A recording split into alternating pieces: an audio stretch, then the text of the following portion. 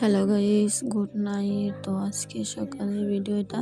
সকালে আমার এক্সাম ছিল, তাই দেখেন আমি ই রিক্সাতে উঠে এক্সাম দিতে গিয়েছিলাম। তো এখানে একটা বাজার পাওয়া যায়, বাজারের উপরে দিয়ে যেতে হয় আমাদের এক্সাম হলে। তারপিছত আমি যেতে যেতে থাকছিলাম আর একটুখানি ভিডিও করে নিয়েছিলাম।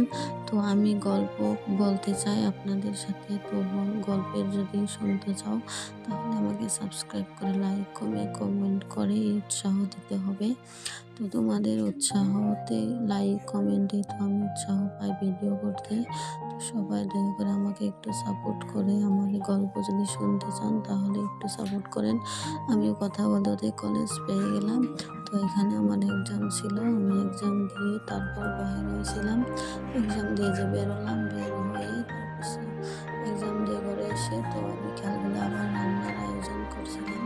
আজকে বিকালবেলা লাউ রান্না করছিলাম আর হলো মাছ। তো মাছগুলো এই দেখেন ভেজে নিচ্ছি। মাছগুলো ভেজে নিয়ে আমি তারপর লাউগুলো কষাবো। আমি কিন্তু মাটির উনুনে রান্না করি, আপনারা কে কিসে রান্না করেন একটু বলে যাবেন। তো আমি নতুন তো এই জন্য আমার কথাগুলো স্পষ্ট হয় না কি জানি। আমি চেষ্টা করব ভালো করে কথা বলার। দয়া করে আমার লাইক সাবস্ক্রাইবটা করে দিয়েন। তো আমি ভিডিও